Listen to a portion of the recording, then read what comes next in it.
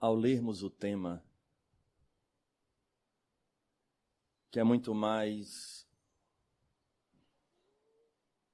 um impositivo, uma ordenação, talvez até um chamado de atenção. Homens, tendes fé.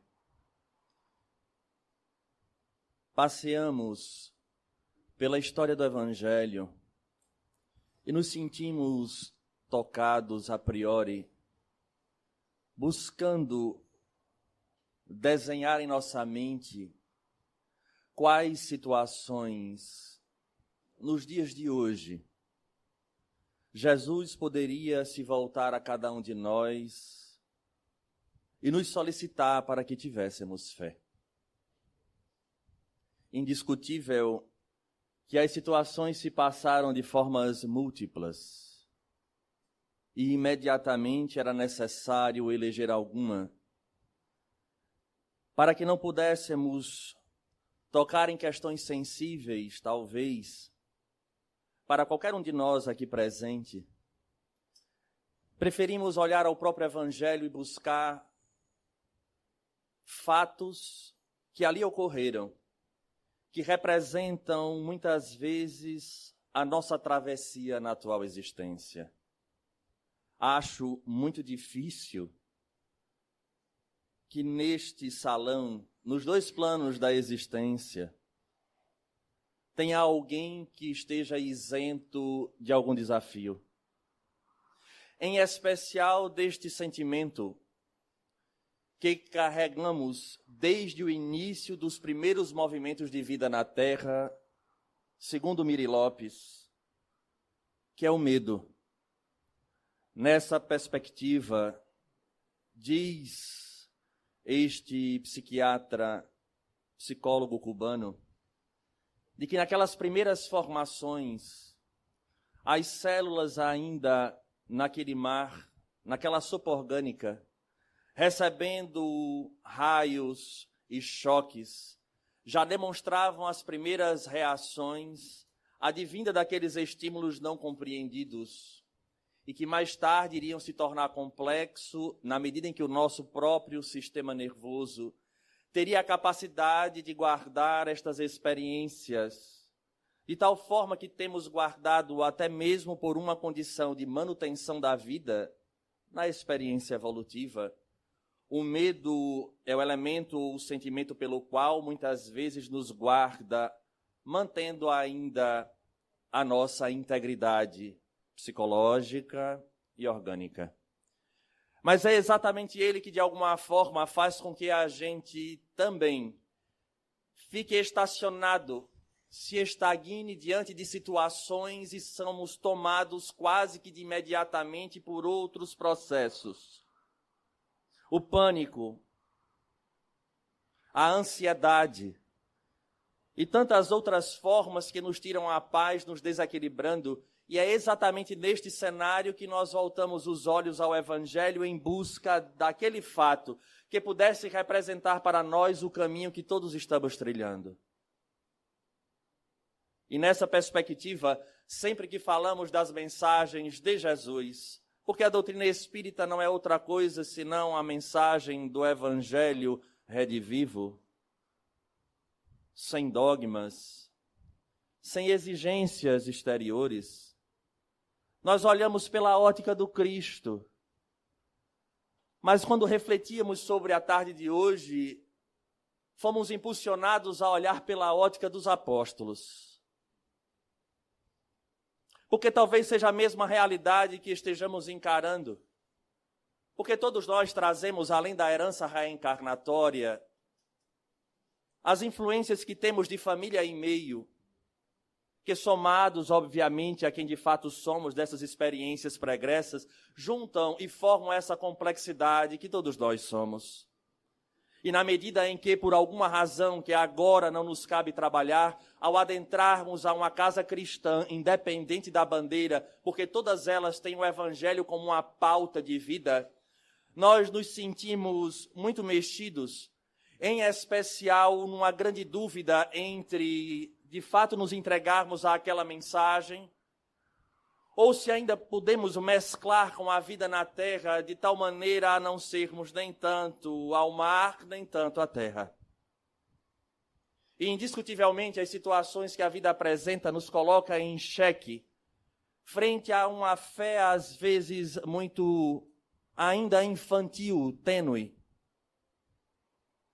E nessa proposta em especial da doutrina espírita, porque ela transcende, porque agora vai falar da realidade do Deus sendo soberanamente justo e bom, e quando escutamos isso e olhamos para as situações que passamos na vida, questionamos, será que de fato esse conceito espírita realmente é correto? Deus soberanamente justo e bom, e tudo aquilo que eu passo, das dores, dos desafios, daquilo que me aguarda o amanhã.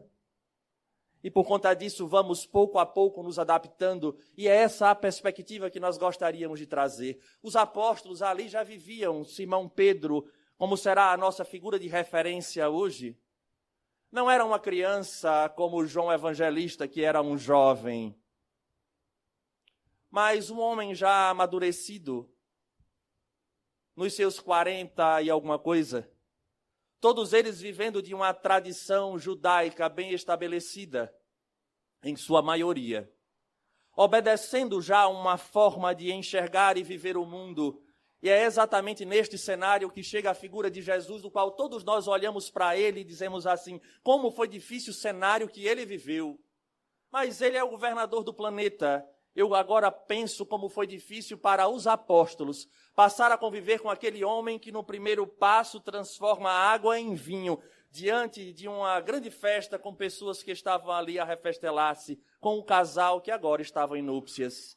Imaginemos o choque de cada um de nós se fôssemos convocados por um homem que a priori não o conhecemos, e a partir dali passamos a segui-lo e vamos a uma festa e ele transforma água em vinho.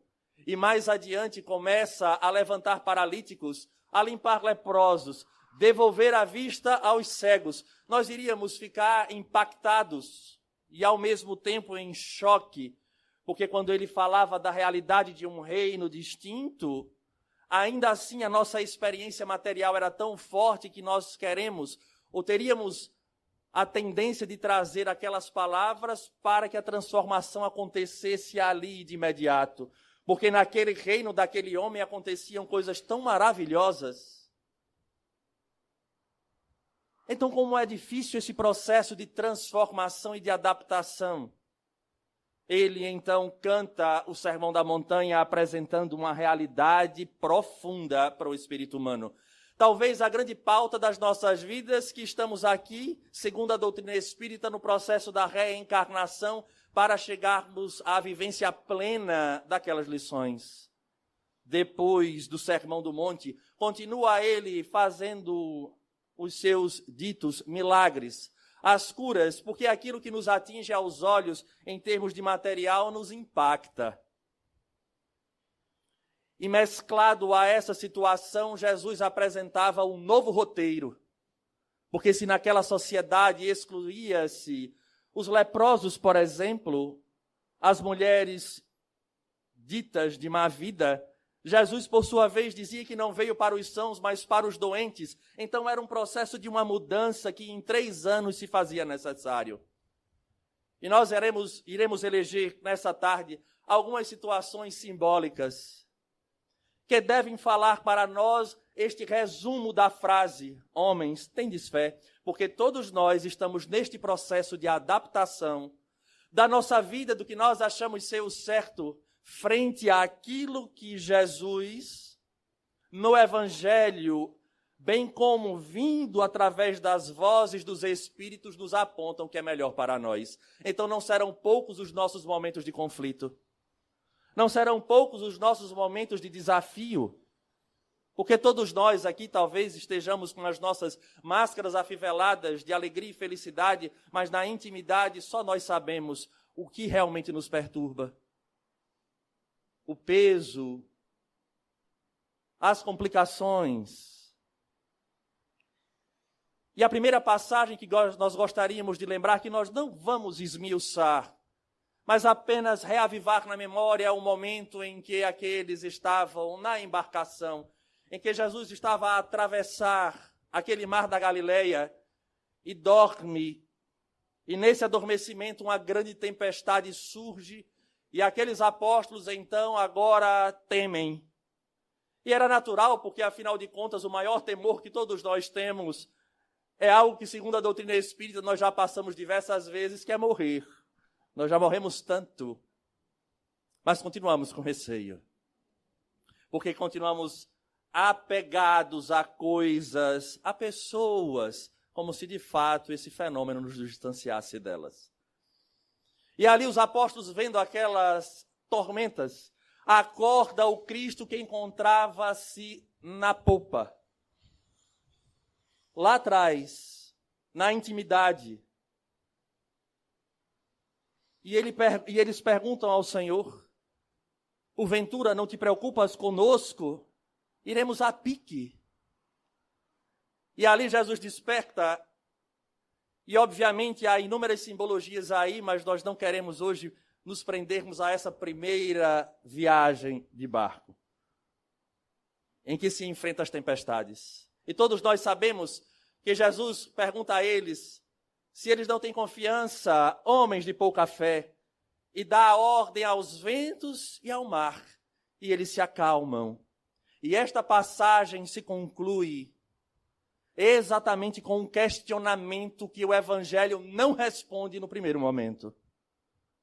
Porque agora os apóstolos, mesmo já tendo passado a experiência da força daquele homem em devolver a saúde àqueles que haviam perdido, em ouvir falar deste reino e que ele e o Pai era uno, não no sentido de personalidade, mas de uma obediência do qual Jesus tinha para com o próprio Pai, eles ainda assim duvidaram. E eles perguntam ao final dessa passagem: quem é este homem que dá ordem aos ventos e aos mares e eles o obedecem? É interessante porque no Evangelho de Mateus dá uma resposta. E ali segue o enredo. As curas, inclusive dos endemoniados, aqueles que estavam em processo de fortes influências de espíritos. Os ensinamentos da realidade do Espírito, da lei de Deus, do amor deste Pai que abrange a tudo e a todos. E nessa sequência, em que ele agora encontrava-se sentado novamente ao mar da Galileia, depois de alguns meses, em que ele falava para um grupo de pessoas que o escutavam, chega alguns informantes a ele e fala da morte do seu primo João Batista. Segundo narra, Jesus se entristece. Pede para tomar uma embarcação novamente e afastar-se para um lugar ermo para orar. E assim acontece. Jesus então toma um barco, afasta-se da região, mas as pessoas, ao saberem que Jesus ali ainda estava, enfrentam as dificuldades da geografia local e vão até onde ele se encontrava, respeitando a distância, para que de fato ele tivesse o seu momento de oração. Ali o aguarda. E neste processo de o aguardar, passado o período em que ele orava, ele sai e depara-se com a multidão que o aguardava pacientemente para ouvi-lo, para curar não só as dores do corpo, mas em especial renovar as esperanças, talvez fortalecer a fé frente aos desafios que aqueles, assim como todos nós, em todos os tempos, também os temos. Ele então, mais uma vez, fala àquele povo. E ao chegar ao final da tarde, os apóstolos se aproximam dele e diz: Senhor, permite que eles já possam ir, porque o local é ermo, eles têm fome. Se o Senhor liberar agora, eles terão tempo de encontrar alimento. E Jesus então diz aos apóstolos: alimenta-os tu mesmo, mas nós não temos condições. Temos poucos alimentos. E Jesus: quanto temos? 2 pães, 5 peixes. Então vamos alimentá-los. Mais uma vez aqui, não nos cabe hoje o estudo do fenômeno. Mas podemos afirmar que quando o Evangelho relata que 5.000 homens, 5.000 pessoas comeram, e ainda sobraram 12 cestos repletos de pão, qualquer um de nós, utilizando da nossa razão do bom senso, nós nos impactamos com isso. Não tem como. E, obviamente, Jesus, neste momento, mostrava, falava aos apóstolos, através da sua própria atitude, quem ele era, o poder que ele tinha, logo o que a sua mensagem representava ou deveria representar para a humanidade, e em especial para aqueles 12. Jesus, então, solicita aos 12 que tomem a embarcação e adentrem ao mar, porque ele voltaria para as suas preces. Os apóstolos, então, obedeceram. E assim acontece. E aí vai surgir um fenômeno e entra para essa narrativa que vai representar o porquê nós precisamos urgentemente compreendermos essa mensagem de maneira transcendente e aplicarmos em nossa vida nesses períodos especiais de evolução, chamado dor. Porque quando estamos num processo de pacificação, a nossa tendência é nós ficarmos ali parados, porque está tudo dentro de um cenário muito positivo. Mas a dor nos impele a sairmos da zona de conforto. E isso nem sempre é agradável, mas é nestes momentos que vamos fortalecendo a base de tudo aquilo que precisamos adquirir. E é exatamente aí onde vamos observar os apóstolos agora sem o Cristo dentro da embarcação passar por uma tormenta. Os ventos começam a se agitar. Obviamente a tempestade apresenta-se e o temor novamente toma conta, o que é natural. Talvez cabe a nós pensar se não era um teste, ou até mesmo uma grande mensagem que ficaria para a posteridade para refletirmos se não é a nossa própria realidade, de sabermos de histórias mil, adentramos as casas religiosas, conhecemos a mensagem e acreditamos piamente, desde que tudo esteja dentro de um processo de paz, mantemos a nossa. Em um certo equilíbrio. E ali, nesse momento e neste cenário, em que eles agora estão desesperados, apresenta-se uma figura andando sobre as águas. Eu confesso aos senhores que no momento em que refletíamos, eu fiquei imaginando, no momento de dificuldade, a gente observa um espírito, ou um homem, ou seja lá o que for, caminhando entre nós, ou em nossa direção. Primeira sensação que eu ia dizer, já morri e não sei. Né? Como espírita, a gente já pode pensar nisso. Desencarnei e não vi, que eu já estou vendo espírito. Ou então, lá vem um homem andando sobre as águas. O que é pior, a tempestade ou um homem andando sobre as águas? Eu também não sei. E eu vou pedir licença, porque o texto é muito rico, e é nesse texto que nós iremos trabalhar.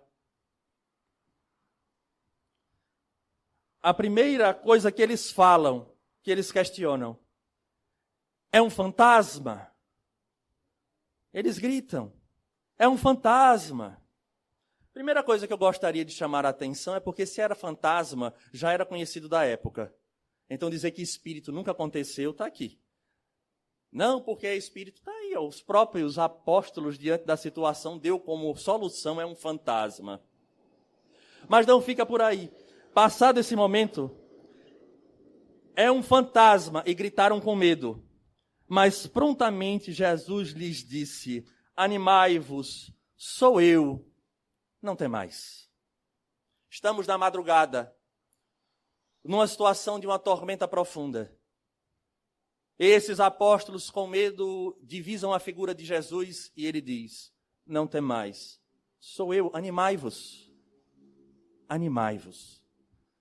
A primeira grande lição que nós gostaríamos desta tarde é nós lembrarmos que no conceito da doutrina espírita, sendo Jesus o governador do planeta, aquele que tem a responsabilidade de gerir tudo aquilo que nós conhecemos, em termos das nossas experiências atuais, pela própria condição da lei de fluidos, que a doutrina espírita esclarece de forma muito pontual, ele toma conta de absolutamente tudo.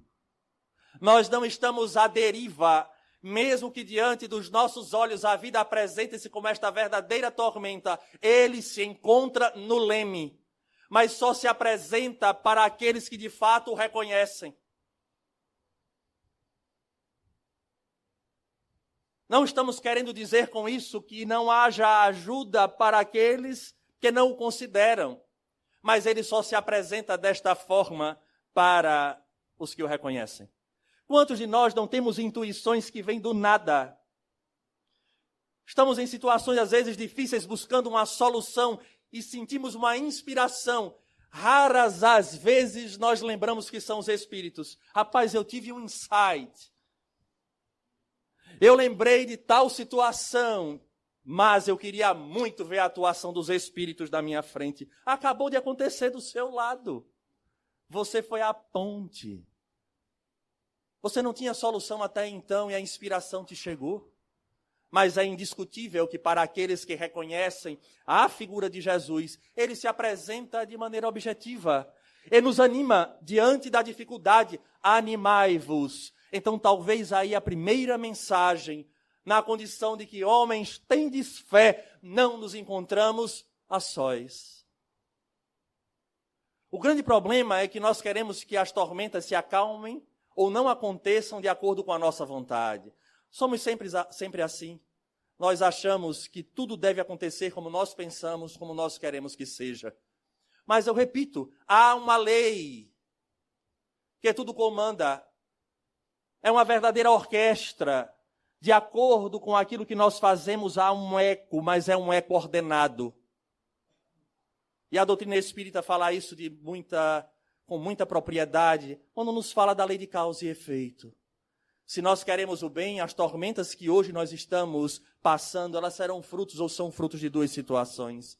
Das causas anteriores do que nós fizemos ontem, ou de causas atuais, quando nós não abrimos mão do nosso jeito de ser, de enxergar, de viver, de nos relacionarmos, dos nossos valores relativos em detrimento destas lições do Evangelho, que são aqueles valores absolutos que nós chegaremos cedo ou tarde nesse futuro.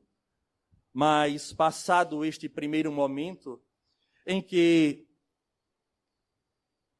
Jesus se apresenta, ele segue o relato. Animai-vos, sou eu, não temais. Em resposta, Pedro disse, Senhor, se és tu, ordena-me ir a ti sobre as águas.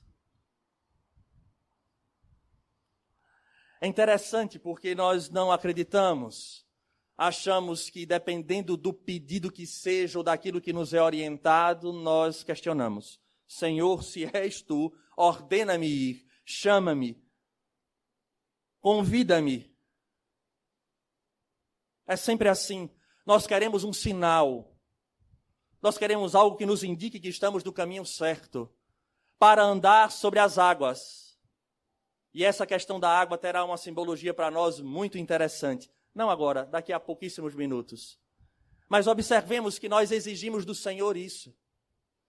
Quantas vezes já não fizemos na nossa experiência reencarnatória de verdadeiras trocas? Se o Senhor ou se a Senhora com a Mãe Santíssima, ou se a santa ou o santo tal, e nós vamos fazer uma troca para que de fato eu obedeça e faça aquilo que, desde que a gente atinja a meta que a gente quer. Porque é engraçado que o objetivo é nosso, né? Eu vou lhe acender velas, eu vou lhe... Alisson, você está fazendo uma crítica? Não, estou fazendo uma análise. Porque se eu considero Deus soberanamente justo e bom, imaterial, imutável, velas não farão diferença para ele, nem para nenhum outro espírito de alta envergadura. É só uma análise, não uma crítica. Para mostrar que nós colocamos sempre o egoísmo, as chagas da humanidade na frente. E para atingi-la nós fazemos barganha. Então, o próprio Simão Pedro, diante da experiência pregressa que já tinha tido com Cristo até ali, inclusive uma experiência muito semelhante de uma tormenta nos mares, em que ele havia acalmado os ventos e o mar, ele agora perguntava: se és realmente, me chame, me dê a ordem. E ele então diz a Simão Pedro: vem. Foi a resposta de Jesus. Vem. Olhemos, façamos essa comparação, essa analogia. Nós estamos exatamente nesse momento. Por que nós estamos na casa espírita? Porque nós achamos bonita a codificação. É isso? Acredito que não. A maioria de nós traz as nossas mazelas. Nós queremos respostas, nós queremos um norte. Nós queremos renovar as esperanças. Alguns dizem carregar a bateria, ou recarregar a bateria. E aí vem para cá, para depois voltar-se para o mundo. Porque amanhã começa. Ou melhor, recomeça. E tem gente que diz com um pesar: amanhã já é segunda-feira. Até o dia em que a gente, por alguma razão, vai para um hospital e diz: mas como eu gostaria de voltar a trabalhar e de sair daqui. Nós somos realmente complexos, não agrada nunca. Se a lei divina não fosse imutável, quem ia precisar de psiquiatra era ele. Porque nós variamos demais. É interessante isso. E ele diz: vem. E agora está na hora de ir. E imediatamente, Simão Pedro tira a sua perninha do barco e vai. O que é o barco? A gente nunca parou para usar da ferramenta espírita, da filosofia, para pensar com profundidade nos conceitos que a doutrina nos traz. Mas deixemos ele de lado no momento e vamos ver o que acontece. Simão Pedro larga o barco e começa a caminhar sobre as águas. Só conheci duas pessoas que caminharam sobre as águas. Um, Cristo, e o outro, Simão Pedro. E ele começa a caminhar e tem um detalhe no caminhar. Diz ele assim: descendo do barco, Pedro caminhou sobre as águas e dirigiu-se a Jesus. Ele manteve o foco. Era a centralidade das suas vontades, dos seus desejos. Ir até o Cristo. E ele ali se manteve firme e estava andando sobre as águas numa tempestade. Imaginemos a cena. Só que a grande problemática da nossa existência também é o excesso de conhecimentos acumulados, de tal forma que a gente despreze o lado da espiritualidade. O mundo hoje vive um processo muito complexo porque o materialismo tomou conta de todos os ideais e as ideologias. A vida tornou-se única praticamente e precisamos sorvê-la até a última gota, porque a vida é um convite à sensualidade e aos prazeres que nos atingem diretamente em nossos desejos inferiores. Essa é a realidade. Então, essa ideia materialista, de alguma forma, nós vivemos esse processo dual. Nós cremos no Cristo, acreditamos em Jesus, mas a vida é tão convidativa, em especial neste período de hoje, em que tudo pode, até as formas se modificam em detrimento daquilo que eu quero, do que eu acho, porque não há um planejamento anterior, prévio, nem aquilo que me garanta o que vem depois, porque o importante é agora. E é isso que nós estamos vivendo, como espíritos sem amanhã. Quando, na verdade, nós já somos a síntese dos nossos ontens. E estamos preparando o rascunho do que nos aguarda neste amanhã. De tal forma que a doutrina espírita, quando traz a lei de causa e efeito, a reencarnação, nos tira desse marasmo moral e nos coloca agora a responsabilidade, porque nós não somos vítimas da vida, somos agentes modificadores da nossa realidade, do hoje e, em especial, do amanhã. E o pior, que é algo tão subrepetício, é tão subliminar que nós não percebemos quando estamos vivendo essa dualidade. Porque tudo aquilo que se rotula hoje com nomes que nos falam a lembrança das virtudes crísticas, nós fechamos os nossos olhos, tapamos os nossos ouvidos e não queremos mais usar um padrão como parâmetro E quem é o nosso parâmetro? O Cristo. Por isso que Simão Pedro conseguiu andar sobre as águas. Ele deixa a embarcação. A embarcação é o símbolo da nossa existência, é o símbolo dos nossos hábitos, das nossas crenças interiores. No meio de um mar das tormentas, no qual a sociedade representa, não somos inimigos dela, em absoluto, porque ela só é nada mais, nada menos do que o somatório dos valores, ou melhor, da falta do conhecimento do bem que as pessoas não têm. Porque o mal não existe, é só a ignorância do bem. Então a segurança, no primeiro momento, era estar na embarcação, é vivê-la, porque aparentemente ela daria a possibilidade de chegar a algum lugar. E não dá. Porque o Evangelho, no seu início, eu não li, mas diz que passada as horas, por conta da força da ventania em contrário, o barco não conseguiu ter ido longe. Ou seja, a ventania, as tempestades, é tudo que nós estamos vendo nos dias de hoje, tudo que vemos na humanidade ao longo do tempo e que hoje encontra-se num processo agudo, atingindo famílias, individualidades, sociedades, países, o planeta, que é a transição.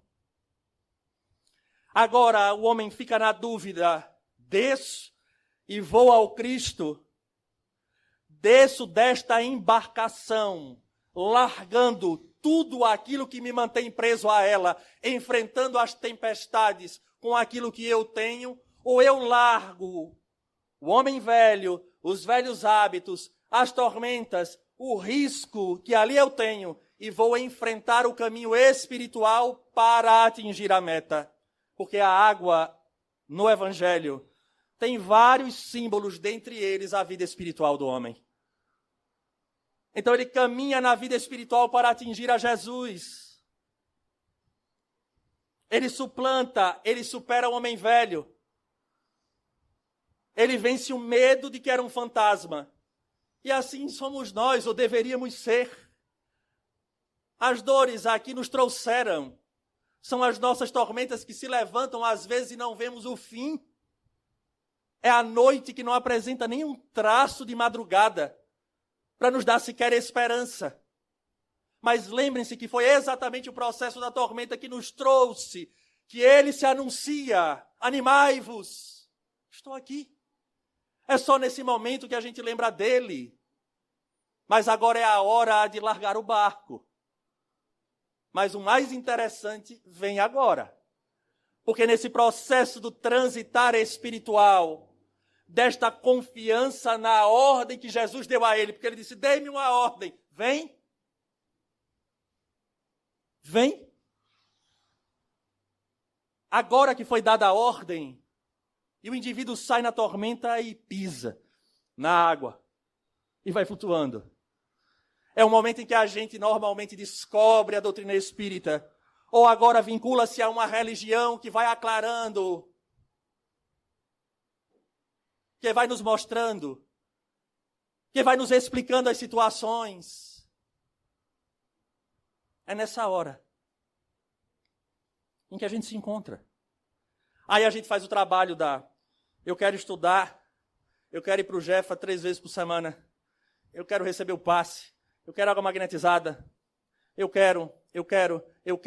E aí a gente passa a ser agora o juiz normalmente do mundo e das pessoas que nos cercam, porque é algo tão maravilhoso para nós que nós queremos prescrever para todos aqueles que nos cercam.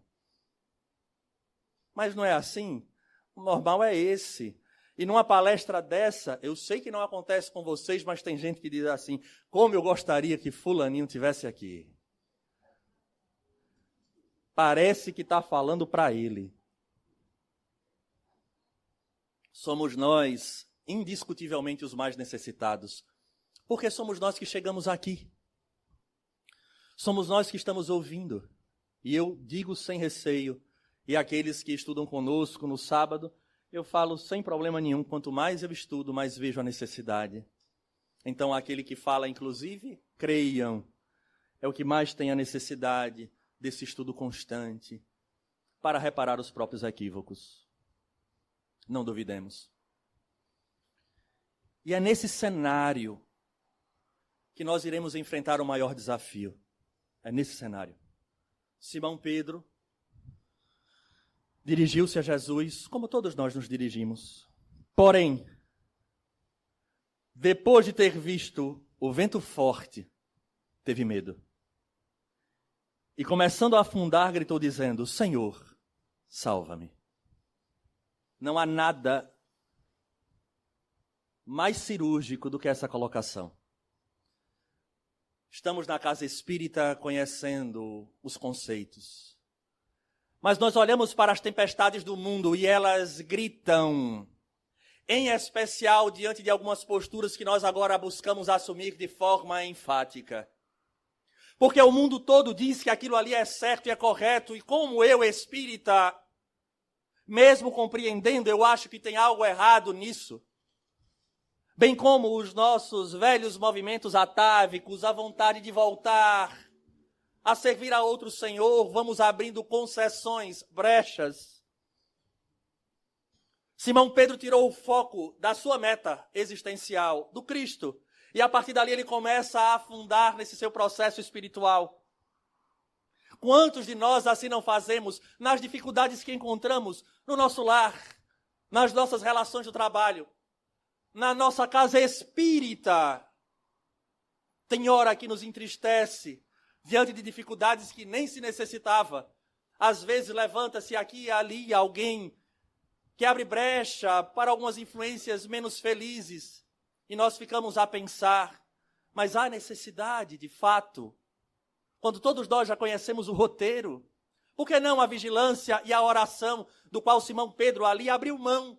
Porque ficou tão espantado e com medo do que o mundo faria a ele, do que a tempestade e os ventos fariam a ele, que ele arrefeceu na fé, na confiança daquilo que Jesus havia dito. E ele ali começa a afundar. Mas ao mesmo tempo, há até aí uma palavra de esperança, que faz com que a gente se reconecte, porque por mais que a gente ainda vá e não volte, a vida, por sua vez, faz com que a gente vá-se a sofrer novamente. E neste processo de sofrimento, uma luz acende, porque temos amigos espirituais que dizem: lembra que tem um local que podes voltar. E a gente grita, tal qual Simão Pedro o fez: Senhor, salva-me. O Cristo estava ali. Era o mesmo do início da caminhada sobre as águas. Ele não mudou. Quem mudou fora Simão Pedro no foco que queria para si. Quantos de nós não mudamos os nossos focos? Enquanto nós escutamos da doutrina o que queremos ouvir, é uma maravilha. Quando somos convidados a renunciar e largar determinados hábitos, relativizamos. Não é bem assim. E aí as pessoas perguntam: Alisson, por que eu estou reencarnado? Porque, novamente, porque nós estamos fazendo a nossa moda, o egoísmo, a moda do ego. É preciso renunciar a si. E é exatamente nesse momento que Simão Pedro percebe a sua fragilidade frente ao mundo e entrega-se de vez ao Cristo. Salva-me, salva-me. Ele sabe que o Cristo é aquele que pode auxiliá-lo nesse cenário. Nós também sabemos. Os Espíritos nos solicitam, nos convocam, a família cristã, em especial a família cristã espírita, a termos um encontro com Ele toda semana, no Evangelho do Lar. Muito a mim me impressiona quando nós, no atendimento fraterno, perguntamos a antigos frequentadores e às vezes a trabalhadores: faz o Evangelho no lar? Não tenho feito. Quantas pessoas não enchem as salas de atendimento para trazer seus problemas de ordem unicamente material e de saúde? Recebem as orientações, as palavras corretas de esclarecimento, mas ainda assim exigem que os espíritos falem e irão replicar a mesma coisa que o atendente fraterno falou. Porque nós queremos a solução. Mas se a doutrina espírita nos fala de maneira direta da lei de causa e efeito, a mudança real de resultados diferentes não se dará pela ajuda dos espíritos. É importante que se diga. Tem gente que já vai na sexta, na sétima, na oitava revisão. Já fez uma revisão, estava para lançar até quase um romance. E quando se pergunta as mesmas coisas, as pessoas permanecem tardas quanto ao entendimento e à mudança. Não vai. Só há um grande benefício. E alguns beneficiados, os espíritos. Que a gente chega lá, vai falar com os espíritos dizem, mas continua fazendo a mesma coisa. O senhor está aqui se esforçando por ela, por ele, falando, me convencendo, mas continua fazendo. Eu disse, tudo bem, deixa, mas pense em você. E o espírito muitas vezes se convence e deixa. Mas como o indivíduo permanece na mesma posição da embarcação, novos tormentos lhe atingem, outros espíritos chegam para partilhar dos mesmos velhos vícios. Então entendamos que enquanto nós não fizermos essa mudança dessa realidade, não conseguiremos atingir a meta que tanto desejamos. Mas assim continua, não para aí a história. No momento em que ele pede a ajuda a Jesus, há um símbolo muito bonito, que diz assim, ó. Depois de ter visto o vento forte, que é o que acontece hoje, né? Teve medo e começando a afundar, gritou, Senhor, salva-me. Imediatamente, estendendo a mão, Jesus o segurou e lhe disse, homem de pouca fé, por que duvidastes? Imaginem que cena extraordinária. Estender a mão para o governador do planeta e ele estender assim para nos segurar. Eu confesso que minha mente eu sou muito fácil de imaginar as coisas. Um bocado de bobagem, mas a gente também imagina coisa boa. Né? E nesse instante nós imaginamos a figura daquele ser que não tem condições sequer estender a mão a Simão Pedro desesperado. E ele segura, levanta-o. Imediatamente. Mas diz a ele, né? Por que ele duvidou? Por que essa pouca fé? Por que a dúvida? Quando o próprio Evangelho narra da realidade do bater a porta e abrir-se-vos-á, buscai e acharei, pedi e obtereis. No entanto, esse fenômeno não acontecerá conforme a nossa vontade. Porque como essa dor é fruto de um hábito do ontem ou do agora, é necessário a reeducação do ser e a espiritualidade saberá esperar, dando a sustentação necessária. Não é a mudança do panorama econômico, é acima de tudo a fé para passar pela dificuldade, dando alternativas. E a compreensão que o homem deve ter que ele não se encontra a sós, logo estando amparado, apoiado, conseguirá passar, porque Jesus está ali estendendo a mão. Repito, não do jeito que nós queríamos, mas do jeito que é melhor para cada um de nós. Porque é aí onde nós estaremos forjando essa fé, essa confiança. Basta que façamos um exercício rápido aqui. Tenho plena convicção do que irei falar. Todos aqui, nos seus últimos 10, 15 anos de vida, já passaram por situações difíceis que quando se encontravam no meio da tormenta achavam que não chegariam a um porto seguro. E hoje aqui nós estamos, ouvindo mais uma vez sobre essa mensagem do Evangelho. Daí por que o desespero? Se essa condição do afundar nestas águas não é uma punição divina, é unicamente a escolha que nós fizemos em duvidar daquilo que está sendo apresentado a nós. Então não vamos descrer, porque a pergunta de Jesus é enfática. Por que duvidastes? Se nós sabemos que aquilo que os Espíritos trazem da realidade de Deus, de ser soberanamente justo e bom, do planejamento reencarnatório que antecede a nossa vinda, tudo isso está sob a égide de Deus e do Cristo. Não estamos à deriva. Não estamos à deriva. E não só isso. Uma vez tomando a mão de Simão Pedro, e dando esse carinhoso puxão de orelha, ele continua e diz, segurou e lhe disse, homem de pouca fé, por que duvidastes? Ao subirem no barco, amainou o vento. Jesus não o traz à terra. Jesus agora adentra o barco. Qual era a simbologia do barco? A nossa existência. A nossa vida.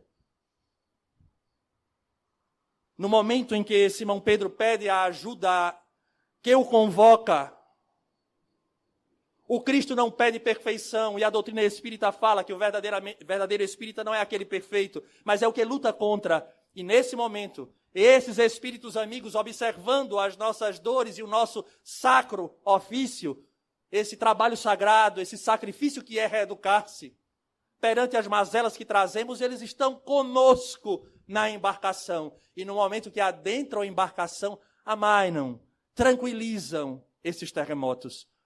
Não terminam, tranquilizam.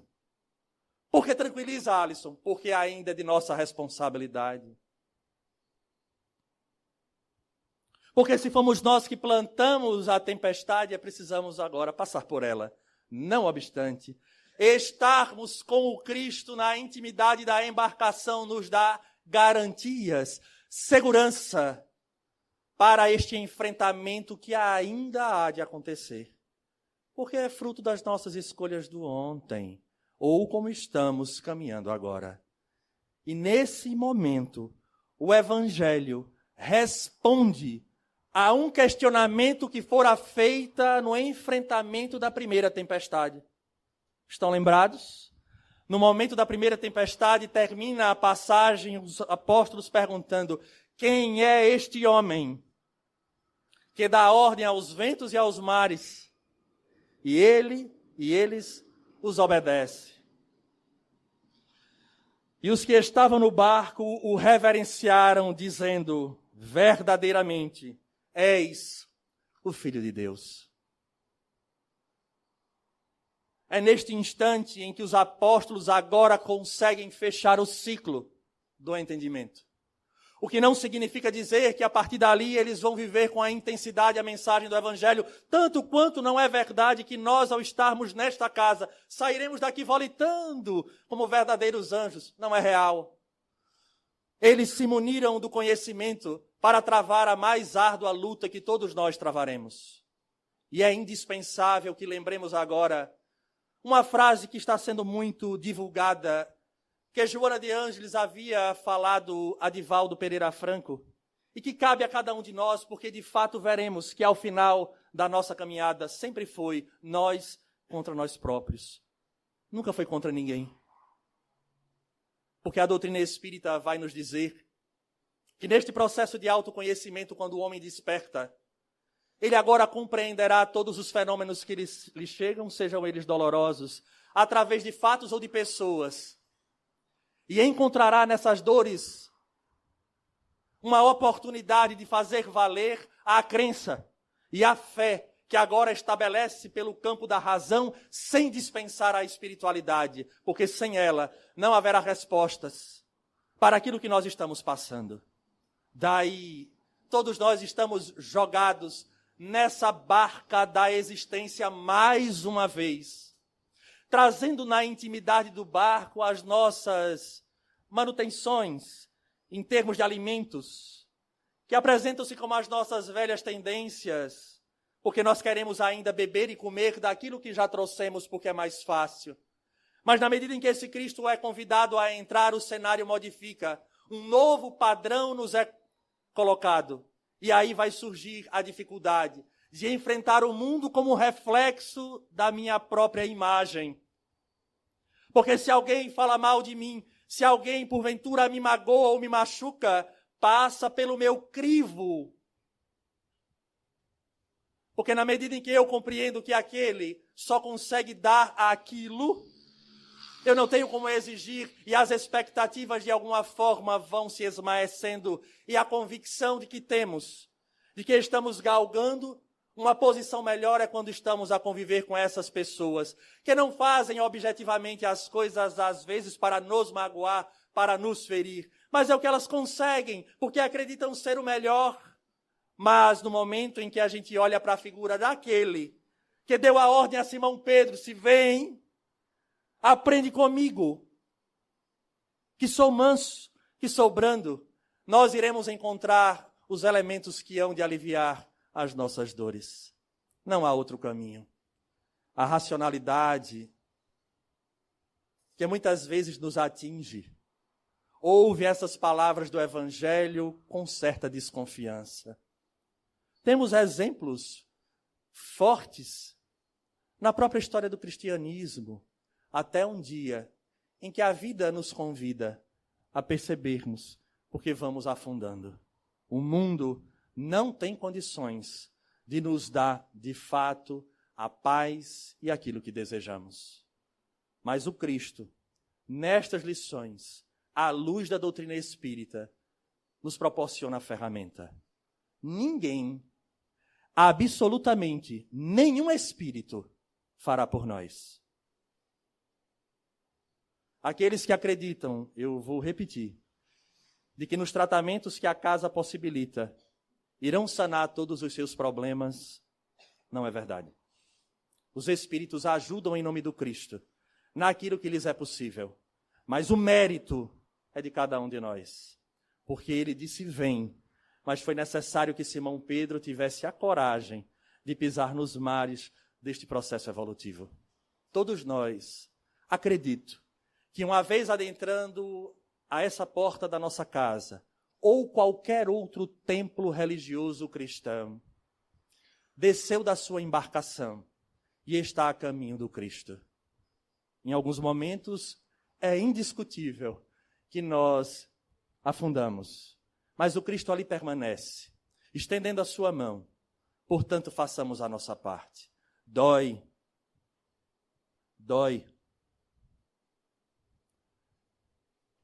Ter uma vida com Ele não é fácil.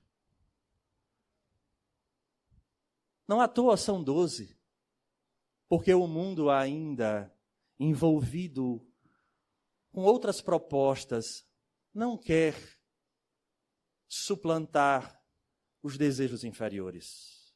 Assim a solidão nos atinge. O tempo passa a ser contado de forma diferente. Nós nos preocupamos com cada minuto que perdemos. Às vezes com tolices, criando sentimentos inferiores, infelizes. Com pessoas que nos cercam, que foram colocadas na estrada para que desenvolvêssemos o amor num cenário altamente complexo. Mas esta pessoa que foi posta, ou a situação que surge, ela não caiu em nosso colo ao acaso. Ela é fruto de tudo que nós construímos ao longo do tempo, tendo a necessidade agora de aparar essas arestas, esmurrar a escuridão para que ela desapareça, não serve. É preciso acender a luz. Porque até mesmo, se nós não conseguimos ser uma vela constante que se mantenha, que possamos nos esforçar para ser um fósforo, que passemos um pouco mais de tempo, mas lançando luz sobre aqueles que nos cercam. E nesse período de claridade, busquemos enxergar a nós próprios, porque a doutrina não nos fala nem do ontem nem do outro, ela nos fala do hoje para o amanhã e de cada um de nós. Mas se ainda assim ser um fósforo exige demais de nós, que tenhamos fé de nos mantermos nestas águas a caminho do Cristo como um vagalume, que ora acende, que ora apaga, e que mesmo diante dos ventos e da incompreensão do mundo, e daqueles que também nos cercam, formos esmagados, que possamos, como vagalumes, deixarmos um rastro de luz apontando o caminho. A todos, um grande abraço, votos sinceros de saúde e paz.